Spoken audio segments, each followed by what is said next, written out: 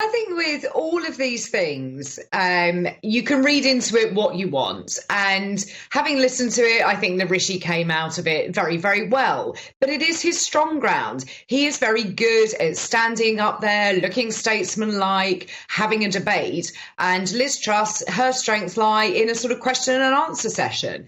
So I think it's very difficult. I think probably the pair of them were mightily relieved to get to the end of 7 weeks and, many, many hustings that they've attended. But is it too little too late for Rishi? Quite possibly. I'm not quite sure that we will see the poll difference that we're looking at the moment. I think a lot of people have kept quiet. A lot of undecided voters will have voted, in the next sort of 24 hours. So I don't think he'll be as far behind. I sincerely hope that he wins. But I have to agree with Patrick in the studio that it's looking unlikely. John, what do you make of it all?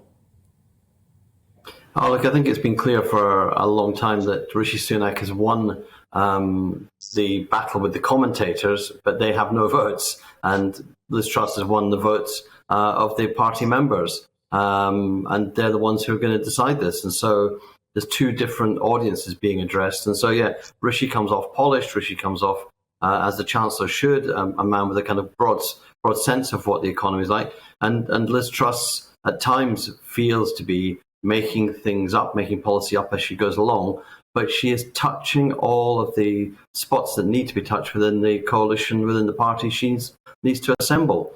The real question is the work being done this week, and was it being done last week, to get ready for the kind of package, the scale of package that's needed to meet the cost of living crisis? Because there really is only one issue in the country as a whole. It's not who the Prime Minister will be, it's how will we pay our energy bills. Unless there's an answer for families and for businesses, big and small businesses, for hospitality, for pubs and for restaurants, for hotels, unless there's an answer pretty soon, then the Prime Minister, the incoming Prime Minister, will be being chased by the public rather than applauded.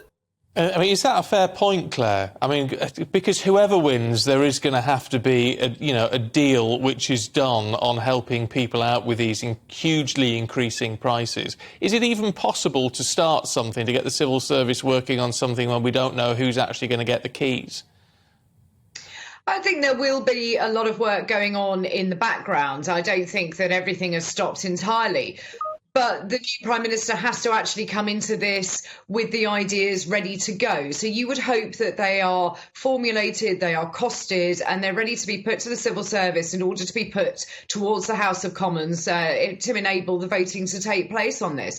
It's vitally important that we get help to individuals, but also to businesses and to places like schools who are going to face enormous struggles coming through this winter. With their bills going through the roof like this, none of us want to see children being sent home again. None of us want to see tales of teachers taking in sweaters, for example, to schools to keep them warm. So there are enormous problems. This doesn't even start. All of these handouts that are being mentioned, tax cuts, I don't think it's going to cut the surface. I really don't. I think it's going to have to go deeper.